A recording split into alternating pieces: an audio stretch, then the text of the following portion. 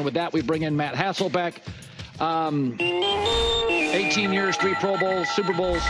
You know, you never wavered on Philadelphia. The louder they got, the more you liked them. And yeah, I mean, really, it's funny. It's like, I don't like their methodology at all. I was apologizing for liking them. Listen, everyone was calling for Ryan Day's head, and they were calling for Nick Sirianni's head. Like, it's kind of hilarious now. I remember sticking up for Philly on this show. Yeah. Like right before they were going to play Tampa, and everybody that I know that's a Philly fan, they were like, oh, you don't know our team. You don't know our coach. You don't know our drama. And I'm like, wait a second. Why do I like your team more than you like your team? It's kind of hilarious. And I joke, this is the fan base that boos Santa Claus. Yeah. But I certainly feel like they're excited about Nick Sirianni and company now. Yeah. You know, it's interesting. Jalen Hurts, I think he's really good. I don't know if he's great. But I will say this, Matt. About 4 times a game, he is asked to make an 18, 20, 21-yard throw. And you know what? In the moment, I trust him. I trust him in these big moments. I don't know if it's pretty. It doesn't look aesthetically as nice as others. But, boy, in these big moments, he's got that. And a lot of you guys had this. You had this. He doesn't get too high or low. I just feel like he's got the perfect temperament to be a quarterback in these highly dramatic games. Yeah, he's one of the best that I've ever seen in terms of not getting too high or too low, responding to the moment.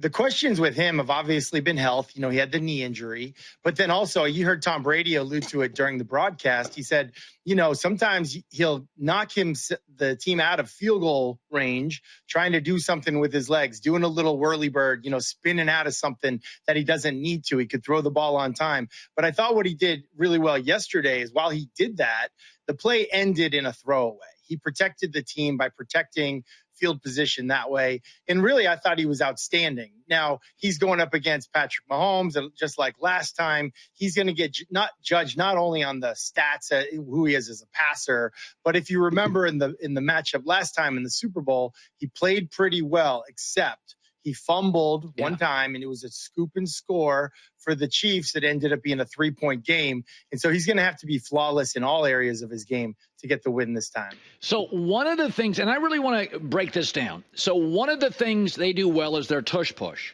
Buffalo felt very ad-lib to me. I did not like them. I would give the ball to James Cook, who I think is one of the most underrated players in the league, not only at his position, that period. James Cook is a tremendous player.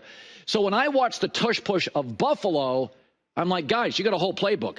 But for some reason with Philly, I feel like, well, that's their play. Like, that's what they do. How do you view it? No doubt. I mean, when you look at those two teams, it's chess versus checkers. If you go back and watch how both those teams lined up in that exact same situation, 3rd and 1, 4th and 1, short yardage situation. Philly, they know what they're doing. Their linemen are low. There's 11 people around the ball. Everybody's pushing. If not, you've got a decoy, like plays off of it. You got big people in there. You look at Buffalo, people are spread out. You're in 3 wides. Your tight end's not even on the line of scrimmage. You've made it easier for Kansas City. You heard Jim Nantz and Tony Romo talking about, hey, we know he likes to come to his left. The predictability for Buffalo was a major problem. And then on a couple of them, the one where Josh jumps over the top, you got a wide receiver back there dancing and celebrating, where Philly, like, they're all dialed in. 11 guys matter on this play until the whistle blows. And so, like, they're going to sit around and say, oh, we got a bad spot that one time. But the truth of the matter is you lacked creativity. You just said, hey, Josh, go put your Superman cape on and just go get us a yard. Go get us a yard and a half. No, it doesn't work that way. Philly does it differently than the rest of the league. It's a copycat league, but this was like a poor imitation in terms of the QB sneak. One team does it really well. The other team is going home because they didn't do it as well. Yeah, and I feel like about every third time Buffalo's Josh Allen is looking to pitch it, which is nightmare scenario, just like he's 6'7" guy up there perched up at top trying to pitch it.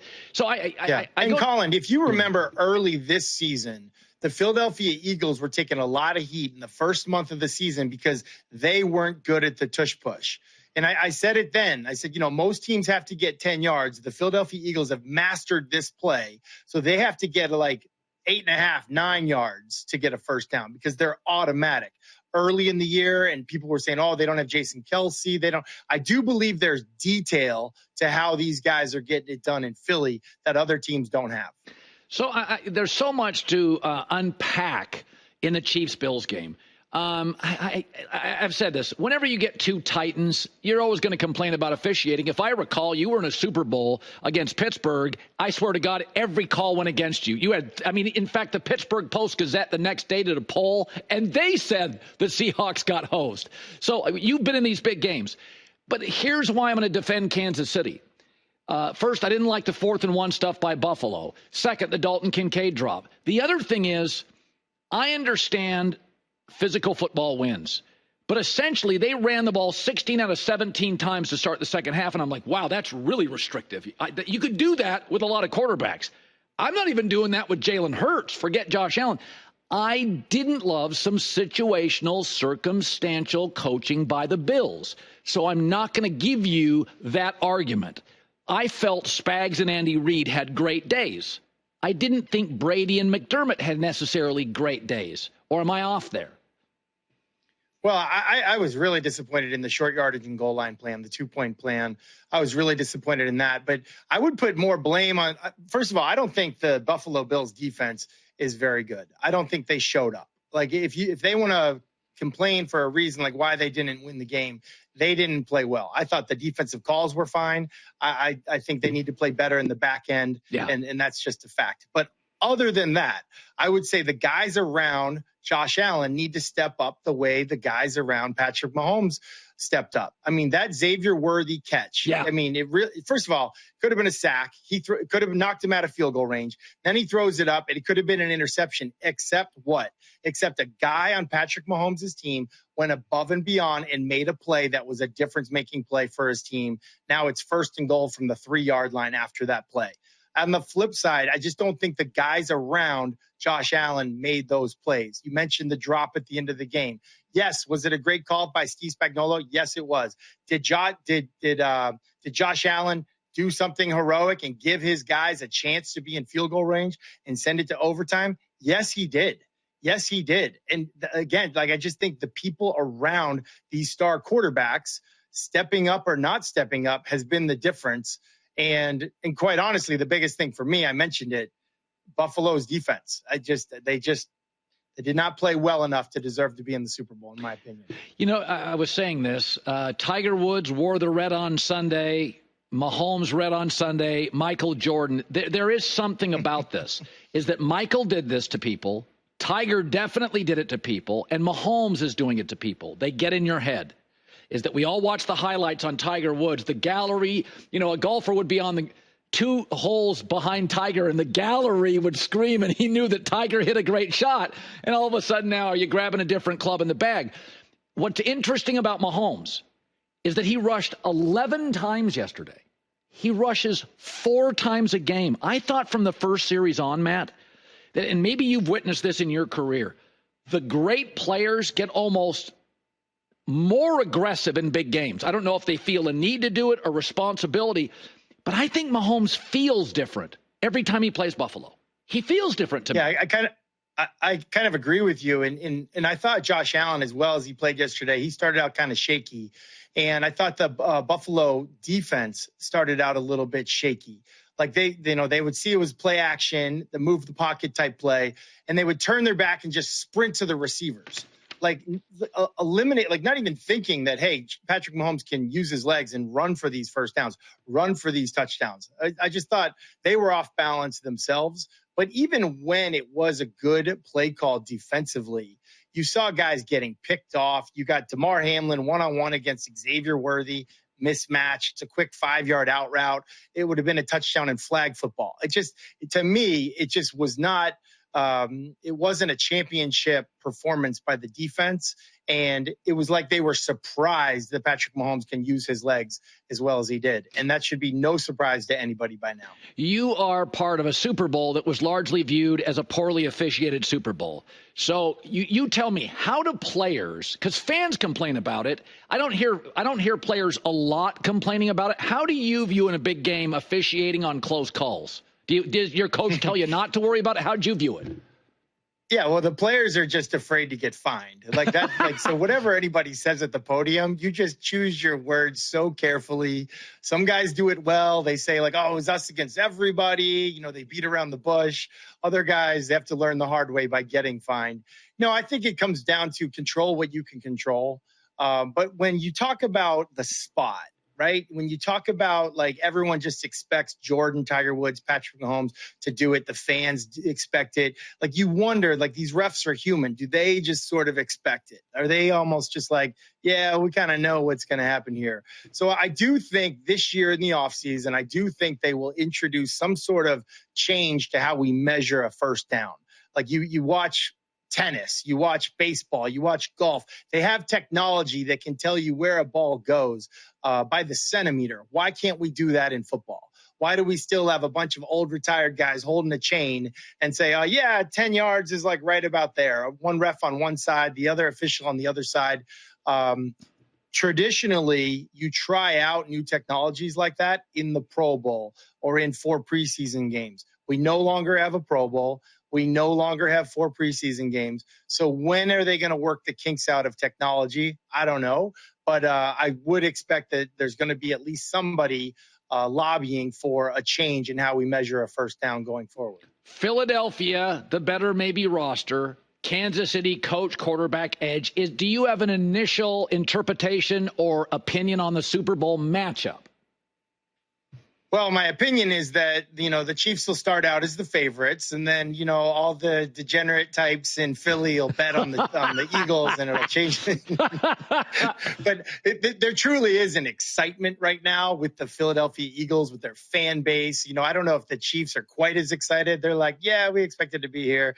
But like Philly is rocking right now. I think New Orleans is going to be rocking for that reason. And there will be a movement here. You play great defense. You run the ball really well at a historic rate. You can win a Super Bowl. That is absolutely a formula that people believe in. And so you could sell the story like, hey, if you're going to take down the mighty Kansas City Chiefs and Patrick Mahomes, Andy Reid, this is how you do it. This is how you neutralize a great pass rush.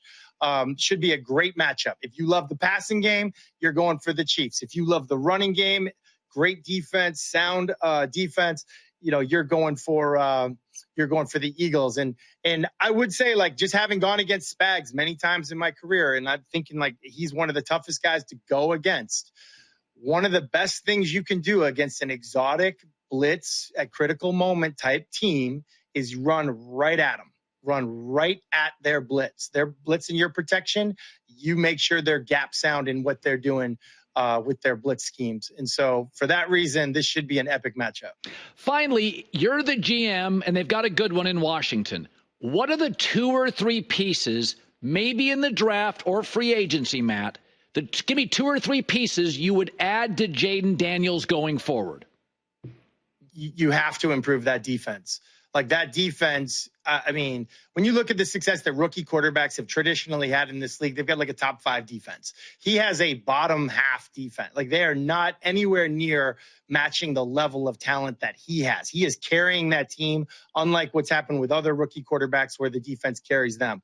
Invest in that defense, make them better. Now, also understand the division that you're in. You're going up against Philly. They got a great D-line. So you better make sure that it's at least a wash. It's not a huge liability with who you have up front protecting him. And then I do think because he is such an elite talent, if you could pair him with an elite, another weapon in the passing game, wherever you want to find that, whether it's wide receiver, somebody out of the backfield, whatever, he's that talented that I think that it's a worthy investment to go find him somebody that's uncoverable with formational matchups. Yeah, I think both Buffalo and Washington should spend the draft getting these star quarterbacks a better defensive support system. I felt the same way with Buffalo. I'm like, I like their offense. They'll probably lose Amari Cooper, like their backs, like their O-line, like their quarterback, like their tight ends. I think the losing team this weekend at some point could not make stops in big moments. Matt Hasselbeck, 18 years. You've been so great for us. We'll have you on a couple of times before the season closes. Thanks, buddy. Nice hat. That's Nick. All right, I'll see you in California next week. There we go. That is fantastic. Hi, everybody. It's me, Uncle Colin. Subscribe here to get the latest from the herd, including exclusive behind-the-scenes videos, and more, wherever you may be, however you may be watching. Thanks again for making us part of your day.